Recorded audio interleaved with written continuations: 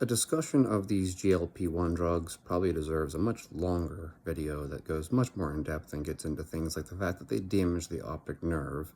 But something I want to point out here, because I made a series of posts the other day about, natural athletes versus enhanced athletes, and I have nothing against enhanced athletes. I don't understand people like Broderick Chavez who say things like all naturals deserve to be killed, and I wish I could kill them all, and I hope they all die and they're all subhuman. I don't understand the hatred towards people who don't use drugs. Because I don't have any hate towards people who use drugs. As far as I'm concerned, they're just different sports. It's like saying strongman versus powerlifting. Strongman allows hitching in the deadlift. Powerlifting allows sumo. So it's like geared powerlifting versus raw powerlifting even. Like, yes, you can wear a squat suit and knee wraps and, a bench shirt, and the other one you can't. So, in tested federations, you can't use drugs.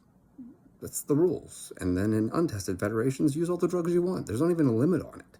Like, there's no rule saying, oh, you're only allowed to use 1 gram. No, you can use as many as you want.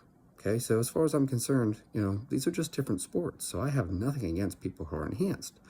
However, GLP-1 drugs, something to consider here. You're going to hear a whole bunch of these different athletes, especially bodybuilders, using GLP-1 drugs. And they're like, yeah, it's great. I actually got stronger while I was using it, and I didn't lose any muscle at all. That's fine. Look, we know that when you lose weight, period, you lose muscle. All of the research out there shows that losing weight causes you to lose muscle.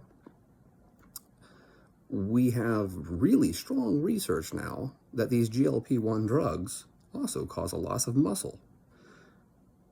So why don't these enhanced bodybuilders lose muscle? Because they're on steroids. The steroids are the reason why they retain the muscle. So if someone tells you, oh, well, I took a GLP-1 drug and I didn't lose any muscle, yeah, because they're on steroids. Anyone who isn't on steroids is going to lose muscle.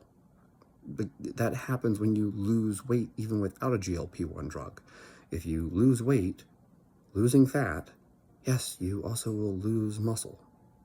It's just the way it works. But if you're using steroids, obviously that helps you retain the muscle. So, similarly with this whole GLP-1 thing, people are acting like it's some kind of panacea, like, oh, it's great, GLP-1. And it's so easy. Like now, dieting is so easy. I don't even have to struggle. It's going to change bodybuilding, blah, blah, blah, blah, blah. Yeah, that's fine. But the reality is, if you're not on steroids, it's not going to work that way for you. So when you hear someone say, yeah, I used, semaglutide and I didn't lose any muscle. Yeah, because they're on steroids. That's why. Not because the drug somehow doesn't cause muscle loss. Because we even have studies where people were doing resistance training while using semaglutide and they still lost muscle. So obviously the variable here, the factor that makes people not lose muscle, is that they're using steroids. Anyways, that's it. It just changes the rules. When you're using steroids, it changes physiology. That's why people use steroids, by the way. Duh. They only help a little, or steroids don't help, then just stop taking them then. Whatever. Anyways, the point is they work. That's why people use steroids. They work.